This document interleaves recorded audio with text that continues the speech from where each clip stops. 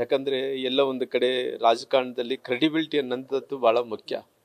ಆ ಕ್ರೆಡಿಬಿಲಿಟಿಯನ್ನು ಕಳ್ಕೊಂಡ್ರೆ ರಾಜಕಾರಣದಲ್ಲಿ ಯಾವುದೇ ಅಸ್ತಿತ್ವನೂ ಉಳಿಯಲ್ಲ.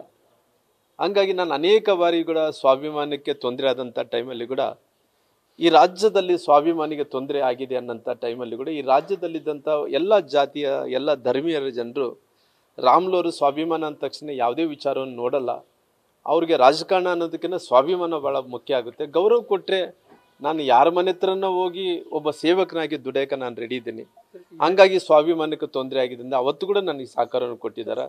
ಇವತ್ತು ಕೂಡ ನನಗೆ ಎಲ್ಲರೂ ಕೂಡ ರಾಮ್ಲೋರ ಪರವಾಗಿ ನಿನ್ನೆಯಿಂದ ಭಾಳಷ್ಟು ಮಂದಿ ಜಾತ್ಯತೀತವಾಗಿ ಪಕ್ಷಾತೀತವಾಗಿ ರಾಮ್ಲೋರು ಒಬ್ಬ ಒಳ್ಳೆ ಜನನಾಯಕ, ಒಳ್ಳೆ ಬಡವ್ರ ಪರವಾಗಿರೋಂಥ ನಾಯಕ ಅನ್ನೋಂಥದ್ದು ಕೂಡ ಅವರು ಕೂಡ ನನಗೆ ನಿನ್ನೆ ಮೊನ್ನೆ ಎಲ್ಲ ಸಪೋರ್ಟ್ ಮಾಡ್ಕೊತ ಬಂದಿದ್ದಾರೆ. ಅವ್ರು ಇಟ್ಟಂಥ ವಿಶ್ವಾಸ ಯಾವತ್ತೂ ಕೂಡ ನಾನು ಚ್ಯುತಿ ಬರಲಾರ್ದಂತೆ ನಾನು ನಡ್ಕೊತೀನಿ.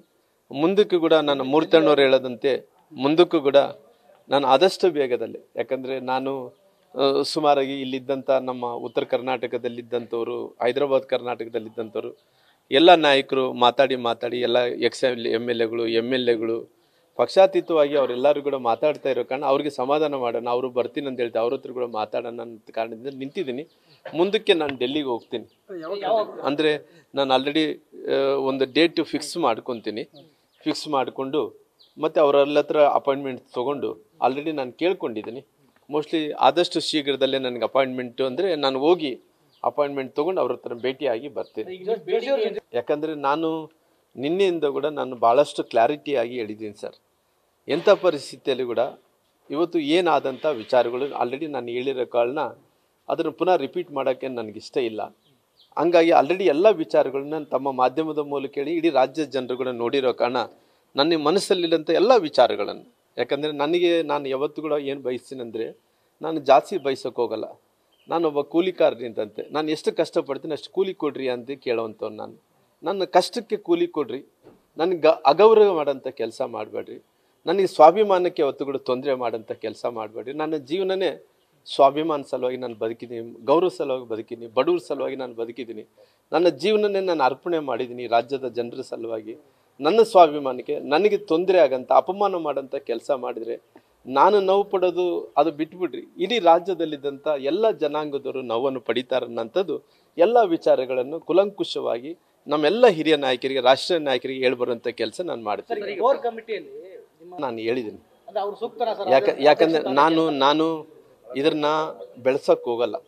ನಮ್ಮ ರಾಷ್ಟ್ರೀಯ ನಾಯಕರೆಲ್ಲರೂ ಕೂಡ ಹೇಳಿದ್ದಾರೆ, ರಾಜ್ಯ ನಾಯಕರು ಕೂಡ ಹೇಳಿದ್ದಾರೆ.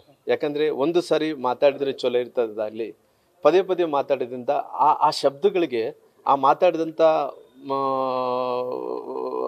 ವಿಷಯಕ್ಕೆ ಗೌರವ ಸಿಗಲ್ಲ.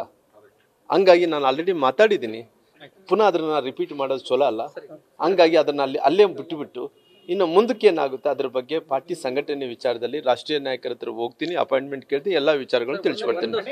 ಒಂದು ಸಾರಿ ಪಾರ್ಟಿಯನ್ನು ಬಿಟ್ಟು ಹೋಗಿದ್ದೀನಿ ಸರ್. ಪಾರ್ಟಿಯನ್ನು ಬಿಟ್ಟು ಹೋಗಿ ನಾನು ಸ್ವಂತ ಪಾರ್ಟಿಯನ್ನು ಕಟ್ಟಿದ್ದೀನಿ ಸರ್. ಆ ಸ್ವಂತ ಪಾರ್ಟಿ ಕಟ್ಟಂಥ ಟೈಮಲ್ಲಿ ಮೊಣಕಾಲ್ಮೂರಲ್ಲಿ ಕೂಡ ಅವತ್ತು ತಿಪ್ಪೇಸ್ವಾಮಿ ಅವ್ರು ಏನಿದ್ರು ನನ್ನ ಪಾರ್ಟಿ BSR ಪಾರ್ಟಿನಿಂದ ಗೆದ್ದಿದ್ದರು ಸರ್.